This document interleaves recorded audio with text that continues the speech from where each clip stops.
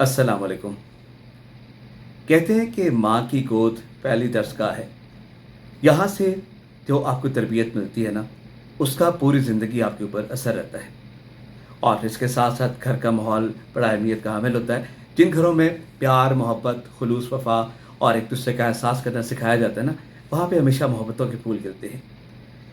एक लड़की की शादी हुई और फिर वो ब्याह के अपने घर गई और कुछ अरसे के बाद उसने अपनी माँ से आके कहा कि मुझे अपने शौहर से नफ़रत हो गई है। मैं उससे जान छुड़ाना चाहती हूँ और मेरा दिल चाहता है कि मैं उसको अपनी ज़िंदगी से निकाल दूँ और उसको हमेशा के लिए ख़त्म कर दूँ। उसकी माँ ने उससे कहा कि मैं तुम्हें एक तरीका बताती हूँ, उस पे अमल करो और तुम्हारी जान छूट जाएगी। बेटी ने पूछा कि किस तरह से मेरी जान छूट सकती है? तो माँ ने कहा कि मैं तुम्हें ज़हर देती हूँ, ये ज़रा ज़रा सा उसके खाने में मिलाती रहना और इसके साथ साथ उसे मोहब्बत, प्यार और एहतराम देती रहना, ताकि किसी को तुम्हारे ऊपर शक ना हो और इस तरह से तुम उसे ठिकाने भी लगा दोगी और कोई तुम पे शक भी नहीं करेगा। उस लड़की ने माँ का मशवरा माना और वहाँ से वो ज़हर लिया और घर चली गई। कुछ अरसे के बाद उसने देखा कि जूं-जूं उससे मोहब्बत कर रही थी, एहतराम दे रही थी और साथ-साथ ज़हर दे रही थी, ख़ावंद का रवैया बदलता गया और बेपनाह उससे मोहब्बत करने लगा और उसका ख़्याल रखने लगा। एक दिन उसी लड़की ने अपनी माँ से राब्ता किया और कहने लगी कि मैं आपसे मिलना चाहती हूँ और एक बात कहना चाहती हूँ। वो अपनी माँ से मिली और कहने लगी कि मैं नहीं चाहती कि मेरा ख़ावंद इस दुनिया से चला जाए। मुझे कोई ऐसा तरीका बताएँ कि ये ज़हर उस पे असर ना करे और उसकी ज़िंदगी बच जाए।